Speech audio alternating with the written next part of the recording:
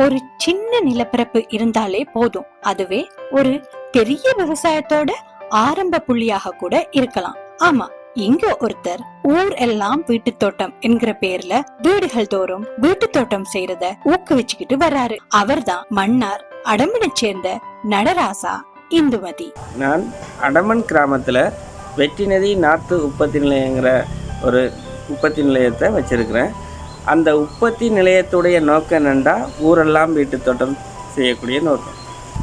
பின்தங்கிய இடங்களை சேர்ந்தாக்களுக்கு, கடல் பிராந்தியத்தில் வறுமைக்கோட்டைக்கு உட்படுத்தப்பட்டவங்களை தேர்ந்தெடுத்து அவைகளுக்கு வீட்டு தோட்டம், ஊரெல்லாம் வீட்டு தோட்டங்கிற திட்டத்தை மரக்கறி நாற்றுகளாகவும் பல மரக்கன்றுகளாகவும் கொடுக்குறதான திட்டம்.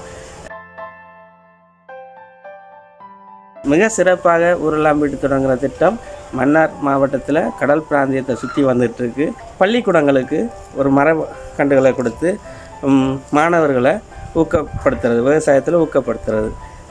அடுத்த தலைமுறைக்கு விவசாயம்னா என்னென்ன தெரியாமல் போகுது. இந்த திட்டம் அடுத்த தலைமுறையை தட்டி எழுப்புகிற நோக்கம் தான் விவசாயத்தில். இதில் உண்மையான சேதன பசலை நம்ம எப்படி உற்பத்தி பண்ணோம்னா, பெரிய முந்தின மரங்கள் இருக்குல்ல, 40 வருஷம் 50 வருஷத்துக்கு உண்டான மரங்கள், அதில் வவ்வால்ற எச்சங்கள், பறவைகள்ற எச்சங்கள் இருக்கும். அதை வலிச்சு அள்ளி கொண்டு வந்து எருவோட இப்போ 10 பேக் இதில் கலக்கிறோம்னா 2 பேக்கு எரு, மீதெல்லாம் கிள் சரியாதுகள் அந்த குப்பைகள் அதை போட்டு பதப்படுத்தி 3 மாதத்துக்கு அப்புறம் இதை பசலையாக அவங்க வெடிப்பாங்க. இதில் எந்த கெமிக்கலும் கலக்கிறது இல்லை.